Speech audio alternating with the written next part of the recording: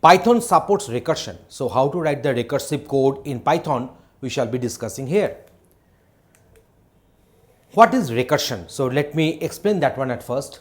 The process in which a function calls itself directly or indirectly will be known as the recursion, and the corresponding function will be known as the recursive function. So direct calling means what? Within the function body, the function will be called itself. So that is a direct calling. And what about the indirect calling?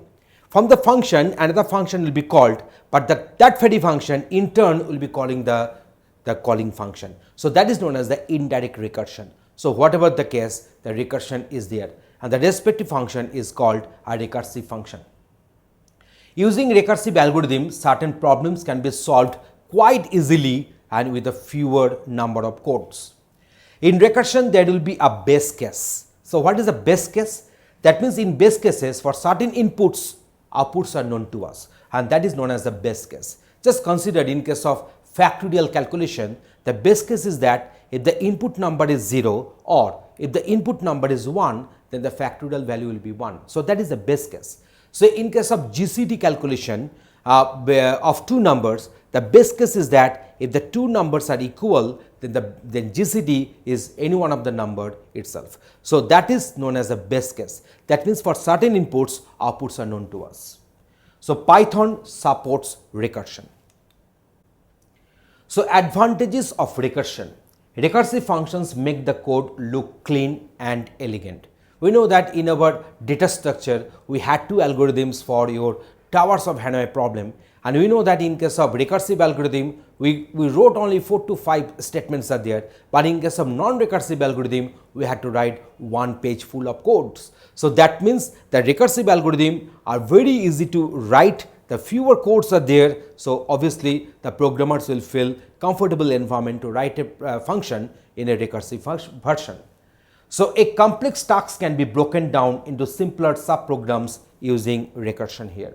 So sequence generation is easier with recursion than using some nested iterations. So now what are the disadvantages of recursion? Sometimes the logic behind recursion is hard to follow through. So that is a very important one. So while writing the recursive algorithm, you must be having a good grip over the programming logic. Otherwise, sometimes the recursive algorithm will become too much tricky for you to understand the logic. Recursive calls are expensive, inefficient, as they take up a lots of memory and time. When the depth of recursion is too big, in that case, obviously it will go on keeping the instances of the previous coding. So that's why the huge memory requirement will be there, and that's why there is one of the disadvantages of using a one recursive algorithm. And recursive functions are hard to debug. So these are the different advantages and disadvantages of recursion. So let us go for one practical demonstration where we will be showing you that how this recursion can be implemented using Python coding. So here is the demonstration for you. In this particular demonstration, we are going to discuss recursion, how to implement recursion. Here we have defined one method. The name of the method is fact, which is taking this n as input parameter. If n is less than equal to 1, return 1. We know that in case of recursion, there will be some base case. That means for certain inputs, outputs will be known to us. We know that if the value of n is equal to 0 or the value of n is equal to 1, then factorial of n will be 1 here. Otherwise, what will happen? Return n star factorial n minus 1. So let us suppose we have passed this value 5 here. So n will be assigned to 5. 5 is less than equal to 1 is false. So it will go for 5 into factorial 4. Now factorial 4, so 4 will be assigned to n. 4 is less than equal to 1, the condition is false. So it will go for 4 into factorial 3. So again in this case we will be having 3 into factorial 2. Again 2 is less than equal to 1, condition is false. So it will go for 2 into factorial 1. And n is less than equal to 1 will be true. So it will be returning the value 1 here. So that is my factorial 1, that will get multiplied with 2.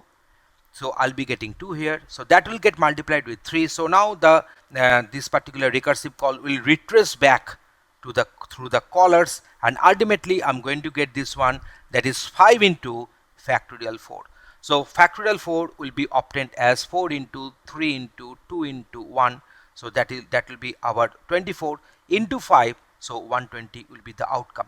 So let us go for the execution. You can find that the factorial of 5 is 120. So in this way, the recursive function can be written in Python. Thanks for watching this video.